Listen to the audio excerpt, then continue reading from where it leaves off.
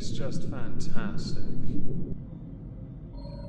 Hello everyone, welcome back to another video. Today we're going to be taking a look at and updating the lawsuit, lolsuit, whatever you want to call it, concerning Ethan and the three Whammons and Sean DeBlack, but also other commentators' perspectives on the situation that would include Asmon, Hasan, and Legal Mindset. Because Legal Mindset has some perspectives here that we really do need to insert into the conversation, especially when it comes to pseudo-intellectuals, and advice granted to those currently being sued, GoFundMes of which have barely made any growth, which is a shame because the Victory Fund does need a top-up since we last covered the subject. So first on the list would be a clip shared to Twitter by Livestream Fails concerning Asmongold on Caseytron asking for sympathy over the lawsuit. This is the same girl that said I killed my mother. The amount of sympathy that I have for this? Zero. You get what you fucking deserve. That's right. That's right. Oh, Ethan W, huge Ethan W. You love to see it. Me like so freaked out. That's right. Like how emotional my dad got about it. I know, it must be so like, sad. I agree with what Asmon has said here. It's very hard to be sympathetic towards those that have said such horrible things in the past. And while they are separate instances, that's not how the court of public opinion operates. Your history on the internet is your own undoing. It is called a consequence. Law YouTuber Emily D. Baker, hi Emily if you're listening, love your work, has said that when if this all begins, she will be partaking in the commentary on it. And actually, I am fully on board with watching this because I have watched Emily cover cases in the past, things I didn't know about, things I was fully involved in, like the Depp Heard defamation lawsuit. I went to her for information because she was a very good font for that fountain of knowledge. Lizeth asked, will you be covering the H3 copyright lawsuit? A couple of you asked me about it yesterday. I will not be covering it anytime soon, but it is on my docket because I'm looking at the things we need to catch up on, and I'm like, okay, we're almost at the end of July, but it's on the docket. Those cases are going to take a while. Now, in the last video, we discussed how Ethan had offered amnesty to the Snark redditors and others. That amnesty has been extended. A big list where they, have pinned posts entitled Content Nuke, Where to Watch, and Discussion. And so the issue here is that they are inducing copyright infringement. Now, in a lot of ways, it's actually worse to be one of the H3 Snark mods right now than the actual, named people, because the H3 Snark mods are all just named as does right now. And the reason why is because each of these Reddit moderators has actually been named in 3 lawsuits, whereas the Twitch streamers are only named in 1. There is much in the way of discussion about the consequences of those Snark redditors, and I'm keen to see that unfold, because I'm not too knowledgeable on those people and Reddit being named in multiple lawsuits, lolsuits if you want to call them that, defamation, defecation, copyright, I don't care. These lawsuits are opening up a can of worms. And I've heard the term discovery used with what happens when it gets to that stage, if it gets beyond that stage, or just to that stage. If things are settled, there's a potential for less consequence, but none of those involved have much in the way of offering to be sacrificed yet. Reddit, because light trolling is always appreciated, put together, in the H3 subreddit that is, a meme of Taylor Lorenz concerned trolling. Here is the meme in question. Posts approximately 40 tweets, retweets about Ethan on the 24th of June. As you can see from the first part of the image, Ethan Klein, raging misogynist, doxing, relishes misogyny, endangering safety, cannot stop harassing women. On the 25th, retweeted, picture this, it's your 40th, you're on a summer break, and also a multi-millionaire with 3 kids, yet you spend this day browsing Reddit, collecting clips of women who are suing to repost in your never-ending stream of Instagram stories. Now this tickled me to no end because later on it was discovered that Taylor Lorenz shared Kat Tembarge's article retracting the Ethan Klein story by saying, Ethan Klein doesn't deserve my apology. Kat Tembarge writes, he wants me to feel bad for calling out misogyny. I don't. Kat Tembarge is not a journalist. She was the person who had interviewed Amberlynn Reid, the Dainty Bush Dainty Queen, who's over 530 pounds. Yeah, that's how much of a journalist Kat Tembarge is. She's about as much a journalist as Tim Pool has a full head of hair. Now, Denims has put out another little statement about what she's going to do when it comes to this case, and it is believed she will not be settling this lawsuit. Finally, on the Ethan Klein lawsuit stuff, just to reiterate with all of you, I will be fighting this lawsuit. I have legal counsel. They are actively working towards drafting some stuff. I can't really share more than that right now. To be honest, I wouldn't share anything at all, because there's just no point.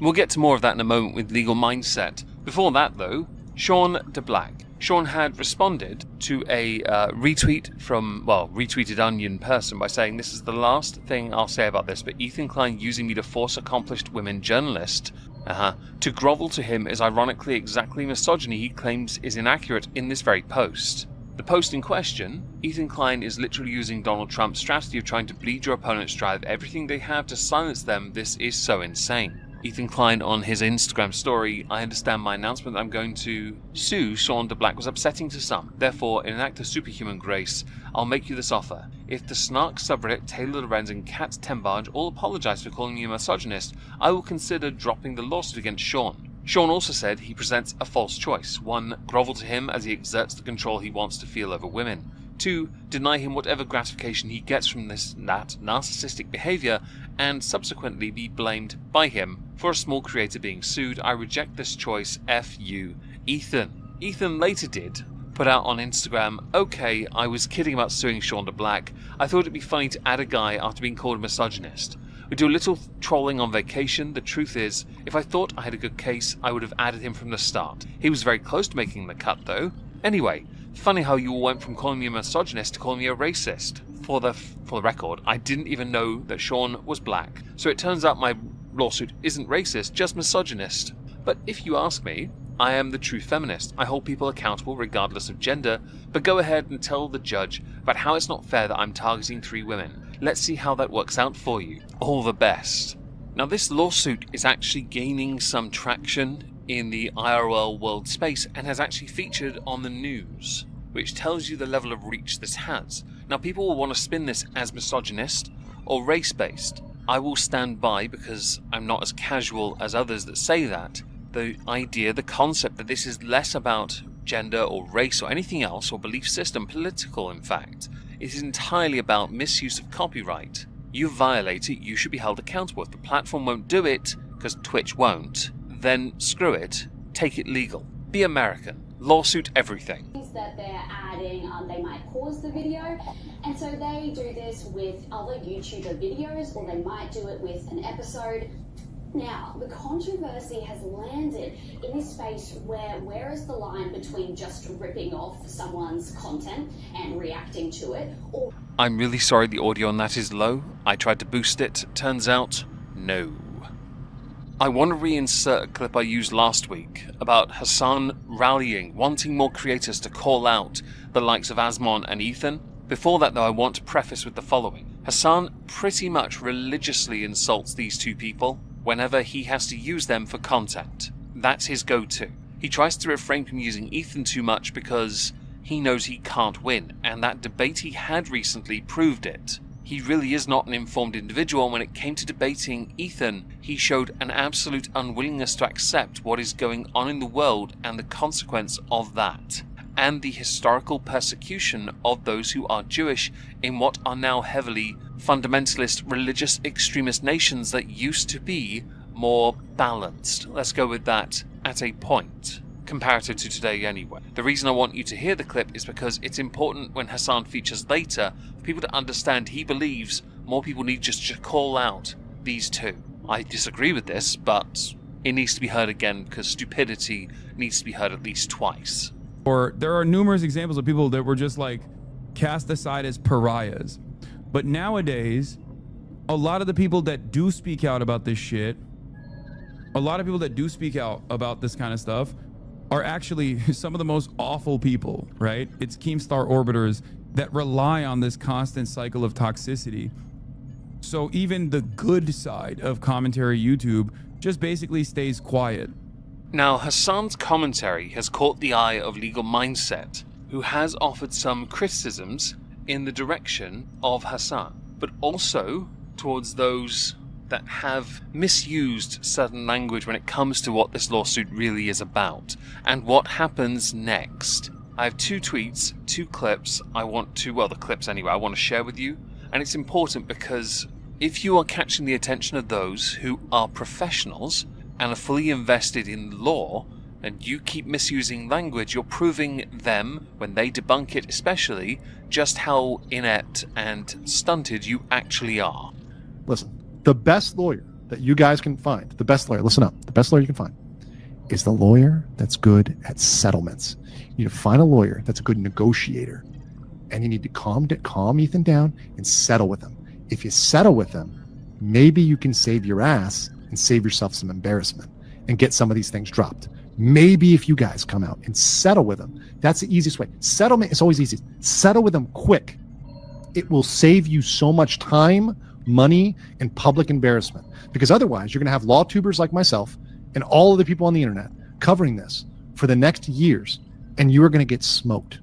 It's not going to look good. That warning is quite emphatic. LawTube is taking a moment here, collecting their thoughts, looking at you guys and going, this is drama, that's one thing. But this is also a legal thing, which means, holy crap, we got free content out of this. You might think them, Hasan, as nothing more than an extension of these slop tubers you like to criticize. Yet you, unironically, are a slop tuber. But Legal Mindset wasn't done and had a direct message towards Hasan and the type of commentary he presents based on his limited understanding of law. You can be a vexatious litigant. Let's stop there.